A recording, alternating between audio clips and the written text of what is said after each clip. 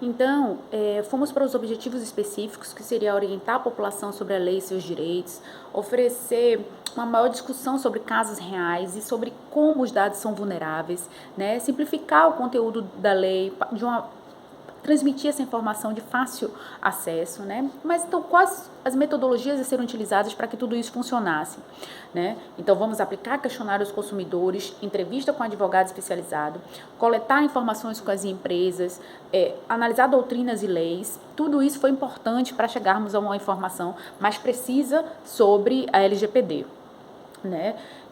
Analisamos dados de empresas como Riachuelo, MRV, Lojas Marisa, G Barbosa, Delfim, Seib. Todas essas empresas afirmam que as informações obtidas nos seus sites são apenas utilizadas com a finalidade específica para a sua prestação de serviços e que o consentimento do cliente é suficiente para que aquilo seja assegurado, né?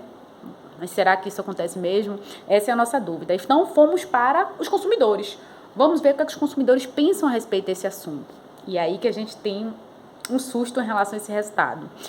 12% dos consumidores afirmam que já foram vítimas de fraude ou de algum tipo de divulgação dos seus dados pela internet. 62,9% dos entrevistados, eles afirmam que não confiam nos sites quando pedem suas informações. 93% das pessoas não se sentem seguras em expor seus dados, suas informações nos sites quando necessário, né? Então, nossa equipe ficou assustada com esse número, porque é um número forte, um número grande, elevado, né?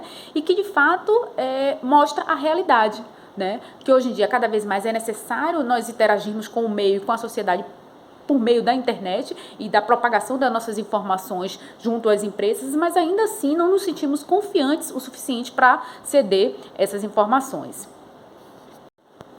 Em uma das nossas atuações, nós assistimos uma palestra com o procurador federal, Dr. Leonardo Parentoni, né, que inclusive é professor da USP e também da UFMG, e o tema principal dessa palestra era Direito Fundamental e a Proteção de Dados, Teoria e Precedentes Judiciais. Nessa palestra, ele aduz que a privacidade é um direito da pessoa humana, né?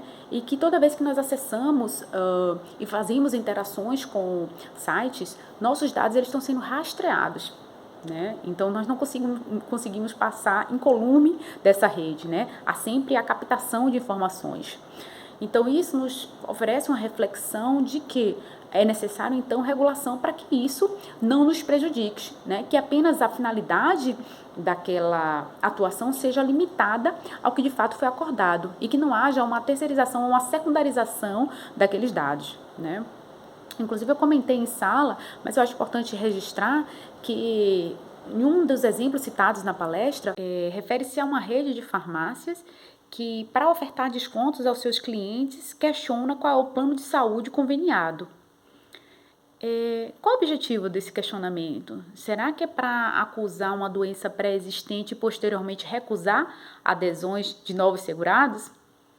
A proteção de dados está aí para isso, né? Para justamente equilibrar a proteção de dados. A gente sabe que há um mercado que é muito beneficiado, né, com esses dados, com essa economia digital, né, e que não pode ser desconsiderado. E a LGPD reforça esse pensamento, reforça esses valores fundamentais, que é gerar riqueza, renda, emprego, arrecadação, do ponto de vista macroeconômico, mas também permitir uma regulação, né, com a imposição de limites para a proteção e para não ocorrer uma comercialização desenfreada dos dados pessoais. Tem um parágrafo na lei, na LGPD, que é o parágrafo 3º do artigo 7º. E ele fala que não é porque um dado é público que ele não tem proteção. Isso me remeteu à questão do portal da transparência, né? Qual o objetivo do portal da transparência? É fazer com que a população, a sociedade, verifique como estão sendo os gastos públicos.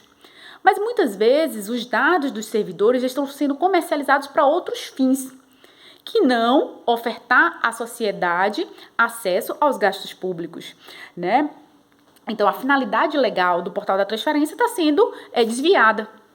Então, em relação ao exemplo citado, né, da obtenção de dados dos servidores e repasse para entidades financeiras, há uma vedação porque a finalidade original desta coleta no portal da transparência está sendo desviada, né, com o compartilhamento para entidades financeiras. Então, a gente utiliza a vedação disposta no artigo 26, parágrafo 1º da LGPD, para que esse fim não seja desviado com esse compartilhamento.